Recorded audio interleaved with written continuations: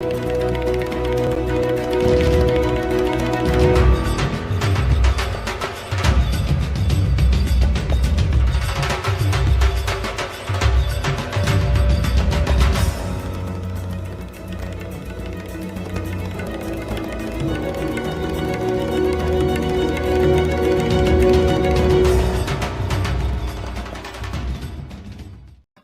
everyone, it's your daily 10-minute business and finance news wrap for this Friday, the 17th of December 2021.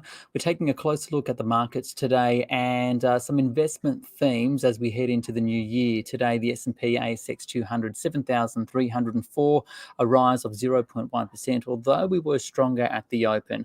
So for more on the day's market action, I spoke earlier with Carl Capolingua from ThinkMarkets. Markets are a little bit flat today, Ricardo, but certainly the Aussie market up towards the open around mid-morning. We hit that 73.50 level, bucking some pretty negative trends from the US last night. Nasdaq down about 2.5%. Much of that move was to do with some surprise moves really from some central banks. Bank of England increased their interest rate by about 0.15%. In Norway, interest rates up 25 basis points. Some of those moves a little bit against expectations and maybe just sowing some seeds of doubt for investors. We thought we'd just got past the Federal Reserve's commentary, giving us a pretty steady roadmap of interest rate rises through 2022. But a couple of those moves now, maybe investors have to think about higher rates even than that. So a bit of a pullback in the risk on assets, those higher growth, high PE technology stocks, those stocks that have earnings way out there tend to be have a higher negative impact when interest rates go up, and a big switch back into those sort of value and cyclical stocks, your banks, your resources, those stocks that are earning money now, have dividends. Investors kind of just taking a bit of risk off the table and moving back to the safety of those bigger, well-known blue chips. Today one sector which continue to sell off is the technology sector, especially the buy now, pay later stocks. Why is that? Technology down in the US last night, but probably would have got a big whack anyway today because our technology sector in particular has a high weighting of those BNPL players, as you suggest. Now, a big US regulator last night announced a probe and inquiry into the BNPL sector. They're concerned about the amount of debt that potentially could cause consumers to take on. Also, some of those issues around consumer protection and data gathering as well. So we did see really sharp falls in the likes of, say, Afterpay, Zip, Sezzle, all down, sort of 6-7% today. And as I said, because it's got such a big weighting in the tech sector, we're probably always going to have a bad day. And then compounding that is that risk-off move I talked about before. So you saw stocks not in the BNPL sector, stocks that do have earnings, that do have great growth stories.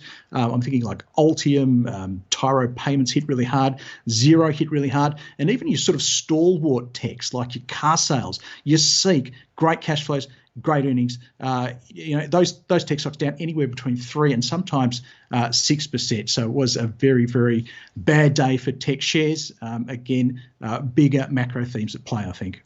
Okay, so speaking of macro themes, if we're looking at higher inflation as we go into the new year, right, you were mentioning potentially a rethink in terms of the speed official interest rates may rise across the globe. How does that play into the way you invest in the new year? Yeah, well, look, if we do get a bit of inflation continues, I was going to say an inflationary pulse, but I think we're in that now. So the question is whether that pulse turns into something more sinister and more prolonged. I think you do want to be in, companies that are dealing with hard assets like your commodities. I think resources is still going to be a great place to be because if there is inflation, then commodity prices tend to go up as well. But the resources sector, well placed. Great cash flows. Even great dividend yields now. You're even getting a great dividend yield, and that's going to give you some compensation against those higher rates. So we're looking at stocks like Oz Minerals. It looks very good. IGO. It's also it's a nickel explorer. It's got copper. It's got lithium, so exposure to that EV transition. But even I think your iron ore mine is starting to look good with the iron ore price sort of nudging back up to those 120s. Great money they're making now. So Fortescue, BHP, even Rio, I think you can go and have a look at. And given it's probably the last time I speak to you this year, when you look back at 2021, what do you think is the key market news or corporate story for you? Well, I think in terms of thematics, probably just looking back at that iron ore price movement, and that was pretty spectacular. Obviously, being located over here in WA, it was definitely a big topic of conversation. And of course, it was our iron ore miners when the price was at $230 a tonne, making these super cycle style profits. We saw Rio Tinto with the largest interim dividend in Australian corporate history. We saw Fortescue pay a final dividend that was gave it a dividend yield of 10%.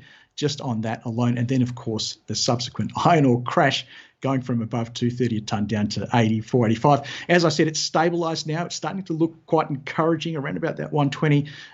At that price, our big iron ore miners have margins of around about $100 US a tonne. We've also got a weaker Australian dollar in there to help them out.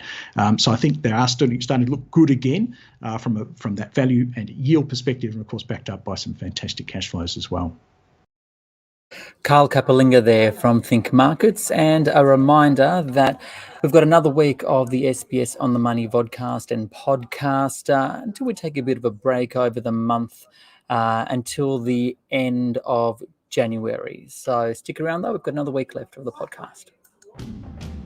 This On The Money stream is provided for informational purposes only. The content in this stream should not be understood as constituting advice or a recommendation. It's not personal advice and it doesn't consider your personal circumstances or objectives. You should contact a licensed professional before making any financial decisions.